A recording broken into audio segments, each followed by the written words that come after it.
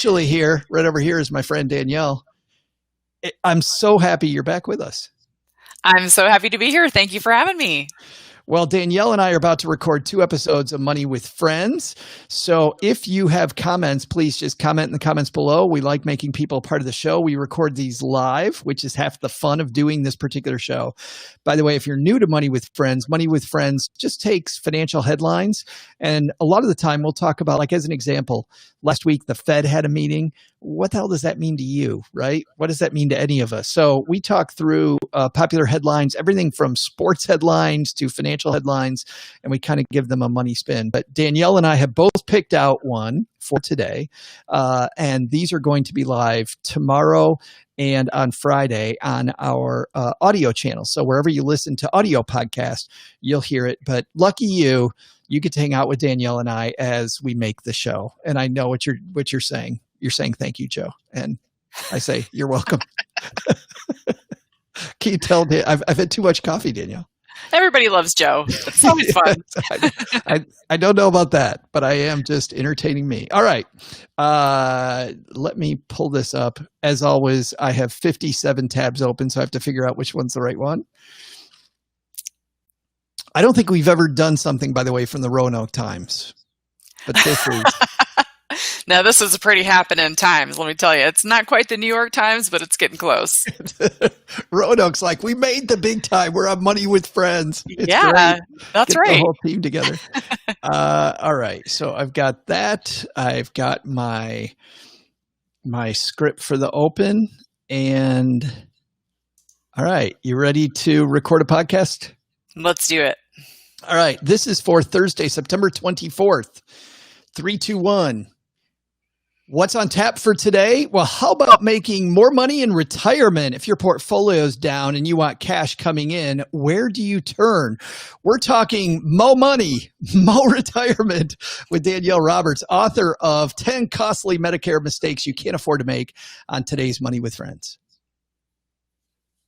Welcome back to the Money with Friends podcast, coming to you live from my mom's half-finished basement in Palm Springs, California, where we make the Stacky Benjamin Show. I'm Joe Saul-Sehy. And I am Danielle Kunkel Roberts, coming to you from the great state of Texas in Fort Worth today. I love Fort Worth, Texas. This is the podcast where we cover recent stories ripped from the financial press. Today, we're tackling one from the big Roanoke Times. Not only do we read them like some podcasts do, but we're going to dive into how they affect your wallet and what you can do to save more effectively. If that's not enough, we'll share a big idea at the end of today's show you can take with you to be better with money the rest of your day, and all in less than 20 minutes. And today's show is brought to you by NordPass. You know, if you don't have a password manager, realize that if you're using just 1, 2, or 3 different passwords for your things, hackers are getting better and better. It's easier for them to get at your stuff. NordPass is a secure and easy to use password manager. You store passwords in a single place, then log into your favorite websites with passwords that they create. So you have a different password for everything. Get 50% off and a free 30-day trial if you use our link. That's nordpass.com/MWF.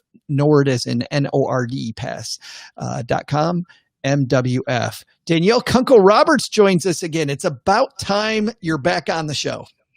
I'm thrilled to be here. It's been a while, hasn't it? It has been a while, but I'm so happy you have a new book out. That's pretty exciting. And by the way, as a guy who's also on the first draft of a book, it's hard as hell doing it, Danielle. Oh my gosh, it's a lot of work. Now, I like the way that you're doing it, though, having a beer while you're typing your 2,000 words. I wish I had thought of that. But yeah, you've got to do a few thousand words every day so that it doesn't overwhelm you. As long as it doesn't read like I'm having a beer, I think we're probably Check it the good. next morning. You better be sure. That's right. Well, we're going to talk about making more money in retirement. So let's see which one of our friends is going to help us kick off today's show. All right, Danielle picked this one. It comes from the Roanoke Times. And I would guess over at your site, Danielle, Boomer Benefits, you guys field a lot of questions about people wondering about how to keep income coming in so they don't have to tap the portfolio in retirement. Yeah, that's right. You know, I think when you are planning for retirement, you sort of think to yourself that that's a time of your life where you're not going to be earning income. But that's changed a lot today. And so people are looking for those opportunities to see if they haven't quite put enough away or they still have concerns they're going to be able to afford their lifestyle. They want to know what those opportunities are. Yeah, I remember when I was a financial planner and I went through 2 stock market downturns. And it's difficult because if you're not in the financial markets and all your money's in a savings account, you're losing purchasing power to inflation. And unless you can afford to save dollar for dollar, it's very difficult to leave your money in savings. So you have to be out in stocks or at least bonds or something that makes a little money.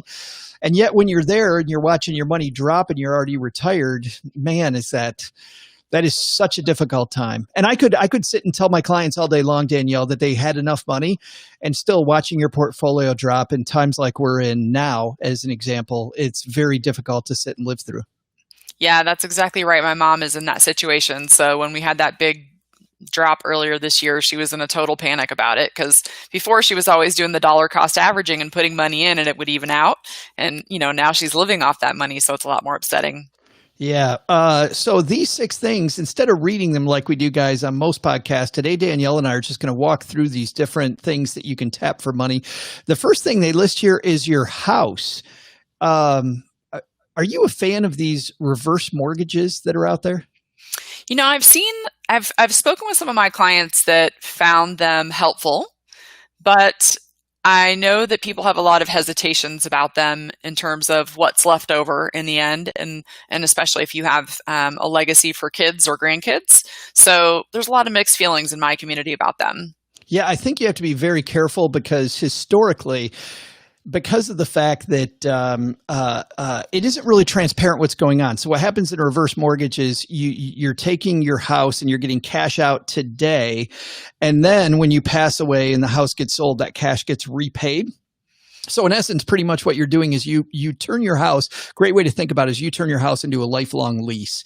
You get all the cash out of it today, you have a lease, and when you pass away, your house goes bye-bye, the bank owns it. And it doesn't always happen that way, but I think that's a great way to think about it. I actually like, though, what they're saying here is that you can try to advertise your house to long-term tenants on different places. I right now am at an Airbnb for a month in Palm Springs because at this particular juncture, I'm between houses, Danielle, but it's great. It's great for everybody. It's great for the people. I'm sure the people that own this place, if this was their primary residence, they would find a place cheaper for a month, and they would actually make more money renting to somebody like me who just wants a place to sit for a month while they're out, renting a place for less money. Yeah, and they can also, if they do the RV lifestyle, this is a thing we've seen them talking about a lot. Some of these people that hit the road and do some of the travel that they want to do, they're renting out their house back home while they're on the road, which helps fund that lifestyle and gives them some income. And at the same time, those travelers can enjoy a nice home. So it's a really good idea if you're not somebody that's going to be home all the time to consider putting it up on VRBO or Airbnb. Yeah, it's just sitting there empty. Why not? Yeah. Number 2 on the list is your life insurance. And a lot of people out there maybe have permanent life insurance policies. I think you have to ask yourself if you even need life insurance anymore. Yeah. And, we put life insurance in place early in our life, usually to cover the mortgage if something happens to us, to make sure we put the kids through school. But once all those things are done, you might be paying into a policy that you don't really need anymore. So it's something to take a look at, not just canceling your policy and stopping the premiums that you're putting in, but if you have cash value in that policy or whether you can sell it in a settlement. And the life settlement thing is something that a lot of people don't know about. Let's talk about that for a second. So if your beneficiaries no longer need this cash, right? You don't need it. Your beneficiaries don't need it. You can change the beneficiary so that it's a company out there. And instead of giving you, let's say the policy is $250,000, they may give you $150,000 or $200,000 today, but then there's no death benefit later. That can be super attractive if you want money. Nobody needs your cash after you die. Yeah, that's right. If You aren't going to need it anyway. And the only thing about it that some people have responded is that it's kind of creepy that a company or a person out there is buying this policy waiting for you to die so they can get their investment back. That's a little creepy. But if you can avoid that part of it and just realize the benefit to you as well as to them, then it can be a great way to save on premiums and earn some money in the meantime. You might not trust those meals that come in a box quite as much because you're not sure if that box didn't come from someplace else. Yeah, you better watch out for that. Number 3 on this list is your closet or your basement. What do you think about that one? That one's hard for me to imagine because I'm such a pack rat and I go in there and I always have the best of intentions of offloading that stuff. And then I never do it until the last minute. And then I'm too lazy and I just go give everything to Goodwill, which of course is good. But if you're somebody that would take the time and actually go through all these things that are just sitting there that you're not using anymore and post them up for sale on eBay or Facebook, or there was another one in the article mentioned Mercari app. I've never even heard of that one. Yeah, that one started, I believe, in Japan and is starting to gain a lot of traction here in the USA now. Wow, that's pretty cool. See, there's more opportunities than ever. So the interesting thing for me, the people that don't know my story, is that we sold our house and we had an estate sale with all of our stuff. And I have to tell you that getting rid of stuff, not only do I have the money in my pocket, and by the way, don't do an estate sale if you're looking to make a bunch of money. That's just the way to get rid of a bunch of your stuff. Yeah, because the estate sale company takes a huge chunk of that money. But I got to tell you, being unencumbered makes it so much easier to just live when you don't have all this clutter around it. The fact that right now in my life, because I own next to nothing, I could just get up and go. There's something to be said for that, Danielle, especially, I mean, if you're looking for more money, it's hard to think about opportunities when you have all of this clutter around you. It's very difficult. Yeah, and I've read articles about how the clutter actually creates stress in your life that you don't even realize. And just looking around my office here, I can totally see that. I always come in here and I'm overwhelmed, and it's because I've got books and stuff everywhere. Looks nice and neat behind me, but people that follow through on that, like you did, it's pretty cool. So you just read your Marie Kondo book and tell your T-shirt how faithfully it served you, and get rid of it. I do to tell it is unnerving though. It is truly unnerving as you're doing it. You're like, I'm getting rid of all this stuff that I had forever. And your brain kicks in and goes, I can't get rid of that. But then you realize that half these books, I'm not going to read half these books again. I keep them around because there are some great lessons in them. And I think someday I'm going to want to go back to them. And then you know what I realized, Danielle?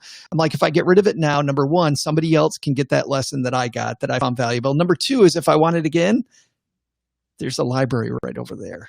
Yeah, you could go that or just get it on your Kindle. And another good thing about doing this that I thought of is for your kids. So if you pass away someday and you've left all these things that were in your home, you leave quite a burden to people after you to sort through those things in an emotional time and have to be getting rid of your things. And I experienced this with my grandparents when we sold everything in their home. We were moving my grandpa into the long-term care, and that was really hard for the family. So, there's multiple benefits to doing this yourself during your own lifetime, and that's just one of them.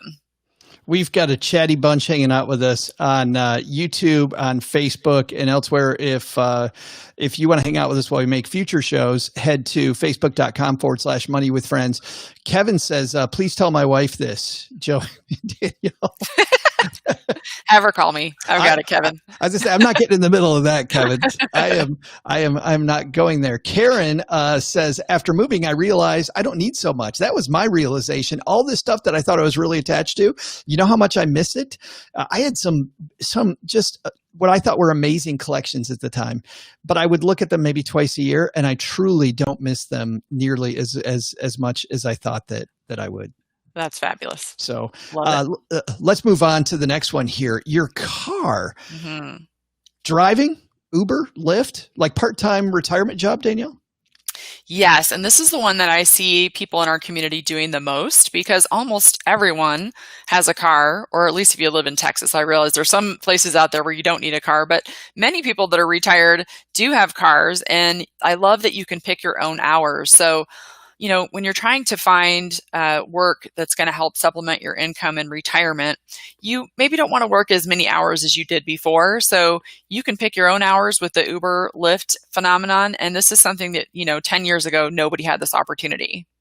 There is a gentleman in that community named Harry Campbell. He's the rideshare guy. And I have to tell you, we've done some stories lately about driving for Uber and Lyft, and so many people haven't done the math, and you're not making as much money as you think you are after all of the huge take that Uber or Lyft or Uber Eats or whoever takes, DoorDash takes. So you have to do the math, and you have to learn when the right times are to drive so that you constantly have this flow of stuff. And Harry can teach that. Harry's just a guy that we've had on our show before who knows how to actually make that work for you. But there's a bunch of people driving that aren't making money, even though it feels like you're making money. When you get done with the gas and the time and all that stuff, you're being very poorly paid. Yeah. So getting a little education on that from him would be a good idea. I got to tell you, I like this number 5, though, especially in your boomer benefits community, Danielle. You've got some people that have skills all over. I mean, they've worked at a job for X number of years, and I don't think they realize how much consulting will pay, and teaching people to do these things that they've known how to do for a long time would pay. Yeah, my stepdad actually does this. He retired from working in the steel industry and immediately turned to consulting for the same company. He sets his own hours. He negotiated first class flights to wherever they send him. He goes to Guadalajara all the time. He can pick the project, turn down the ones that you don't want. And we've also had people in our community that have shared in some of the articles we've done in the past about doing teaching at local community centers. And you can sign up online for things like tutor.com, where your skills, you can look for the right opportunity, post that, and then people hire you to learn those things. And a lot of companies out there really enjoy the baby boomer work ethic as well. So you might be surprised at how eager they would be to hire you for something like that. It's pretty exciting when you see that in action, because it becomes this mentorship role that you have, which makes you feel good as the mentor. The mentee loves it because they're learning from somebody who has way more skill than they have. And really, because of the age dynamic, it makes it an easy teaching relationship. Much more, I think, Danielle, than when you've got somebody who's 4 years younger than you trying to teach you how to use the computer. Like going the other way is kind of sometimes a little worse, a little more intimidating. Yeah, I think that's true. We've actually got one client who in her local she lives in a retirement community, the 55 plus, and she teaches a class at the local community center there to people aged 70 and older on how to use your iPhone. And so she's their age, and she's teaching them all about how you can load apps and what you can do with them. Great. She earns a little money doing it. And what you're saying is exactly right. They don't have to learn from their teenager who's like, oh, come on, grandma, you should have this by now. Well, and the cool thing, having another grandma teach a grandma about how to use technology, grandma knows all the questions. My teenagers always got frustrated with me because they didn't want to answer the basic question, like, what does this button do? Dad, come on. Come on. Yeah. Don't know anything. I got a question about what do you think about number 6 on this list? They say your hobbies. Some creative thinking could turn your favorite hobby into an income stream. Yeah. So if you're a crafty kind of person, they're saying you can sell some of your handmade goods on Etsy. And I don't know how much money there is in doing something like that. I think we have Julie in the FinCon community that has an Etsy course that you can take that would teach you how to do that. So if you're that kind of person that's creative, whatever I would do craft wise, I'd have to pay them to take it. But if you have a talent, you could try. I have to say that there was a recent guest on, one of my favorite people, Austin Kleon, who wrote a great book called Steal Like an Artist. And he's all about where art meets business. Mm. And he actually cautions against this one. Okay. And I like his take. He's like, you know what? The second that you turn your hobby into a business, it becomes a job. Maybe you don't love it so much. Yeah, he's like, but it's a piece of our culture. He actually said, so I'm getting this from him. He's like, you take cupcakes to a gathering. Remember we used to get together, when people would gather in these groups and stuff. When that would happen, you take cupcakes to something, and if you're great at making cupcakes, everybody goes, you make such great cupcakes. The first thing they always say, Danielle, is you should have a cupcake business. Yeah. You should, but the second it becomes a business, it's no longer about cupcakes. It's about hiring and firing and tax law and setting up, a franchise or a business or real estate and negotiating contracts. And it becomes becomes all this stuff. And next thing you know, you can't stand making cupcakes anymore. Yeah, you might not enjoy it so much anymore. So you do have to think about that. And owning a business myself, I know that my brother and I, we laugh sometimes about days where we're just playing whack-a-mole and we're hitting this problem and this problem. We're just whacking them down. And it's, all the headaches that come into it. Maybe you just want to eat your cupcakes. It actually becomes fun after a while being able to actually talk about benefits, isn't it? It is kind of fun to talk about benefits, but then there's certain days where I will just say, let's just say that HR is not my favorite. I totally believe that. All right. In just a second, Danielle and I are going to have our big takeaway from today's discussion on ways to make money during retirement. But first, I want to say a big thanks to everybody who's used our link when they tried out NordPass. NordPass is a way to store passwords in one place and log into all your favorite websites and apps with a single click. Cool thing I like about NordPass too, if there's somebody you need to share a password with, somebody who's in your family and they need to get into the same spot, you can very safely and securely share that password with them. Almost forgot the word. We're talking about passwords. Can't remember the word password. That's bad. What's the password of the word password? You can share that password with them. And different than me in the past, I used to use one password that I thought was really clever for everything. I realized, and hope like heck that they didn't realize, I was giving them the keys to everything. Now, every single password is different. I don't even remember what my passwords are. I just remember how to get into NordPass. The cool thing, too, is there are password managers that are free. If something's free, remember, you are who they're marketing.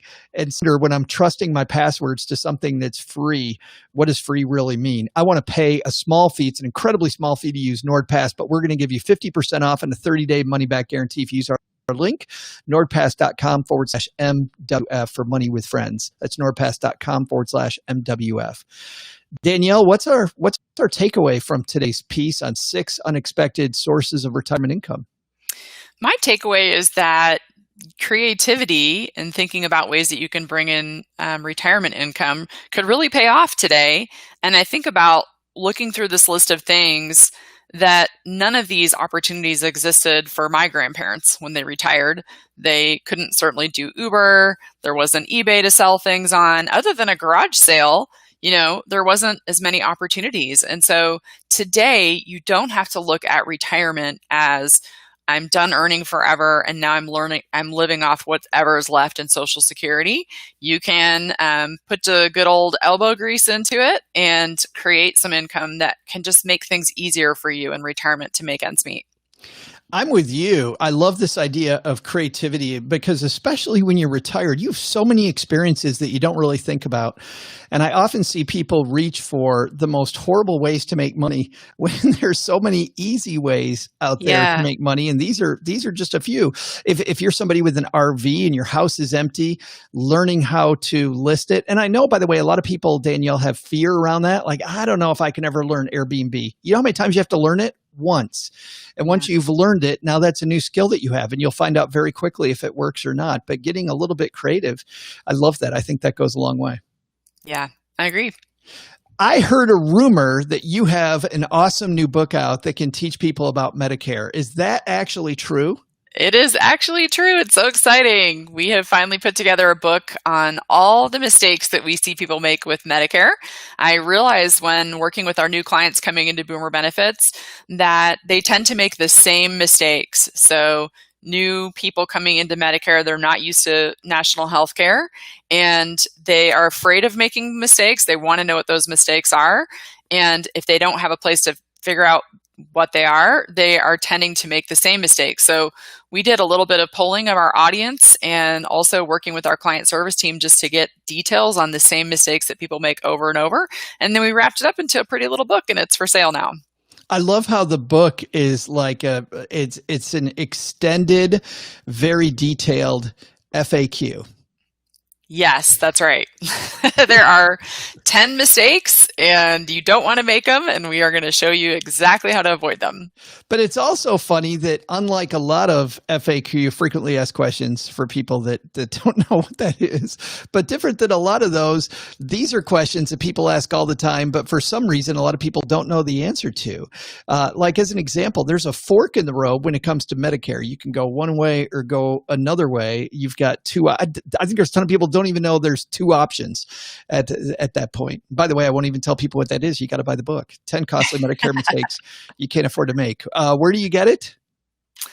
You can find it just about anywhere. It's on Amazon for pre-order, Kindle and paperback. We also have it on Barnes & Noble, BookBub, a few other places. Awesome. And I bet you can find links at Boomer Benefits as well. You sure can. And there's a website for the book too, 10medicaremistakes.com. Awesome. And you know what? We'll link to those on our website, moneywithfriendspodcast.com. Danielle, thanks for hanging out. You want to do this again tomorrow? Absolutely. Let's do it. We'll be back with part 2 with Danielle tomorrow on Money with Friends. Bye-bye. And for those of you watching live, that's coming right now.